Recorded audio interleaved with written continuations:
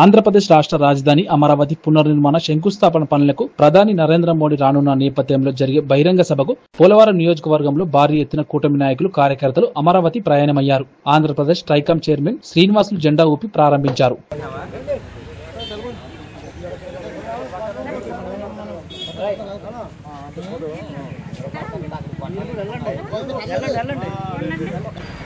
రెండో తేదీ మే నెల 25వ సంవత్సరం నాడు అమరావతి పునర్నిర్మాణంలో భాగంగా రాష్ట్ర ముఖ్యమంత్రి చంద్రబాబు నాయుడు గారు, ఉప ముఖ్యమంత్రి పవన్ కళ్యాణ్ గారు, వీరితో పాటు దేశ అధినేత మోడీ గారు ఈ కార్యక్రమానికి వస్తున్నారంటే చాలా సంతోషం.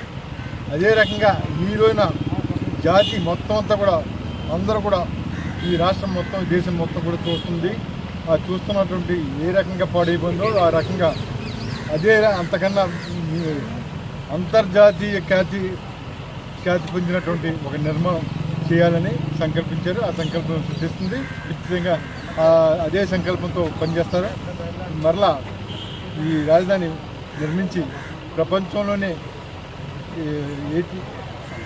అత్యంత ముఖ్యమైనటువంటి కట్టడంగా వస్తుందని మేము భావిస్తున్నాం.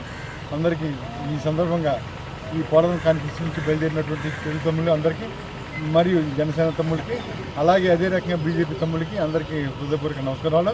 అదే రకంగా ఈరోజు మన రాష్ట్ర పునర్నిర్మాణానికి పోలవరం నియోజకవర్గం నుంచి వరగం శ్రీను గారు, మన ఎమ్మెల్యే గారు ఆధ్వర్యంలో భారీగా తరలి వెళ్తున్నాం.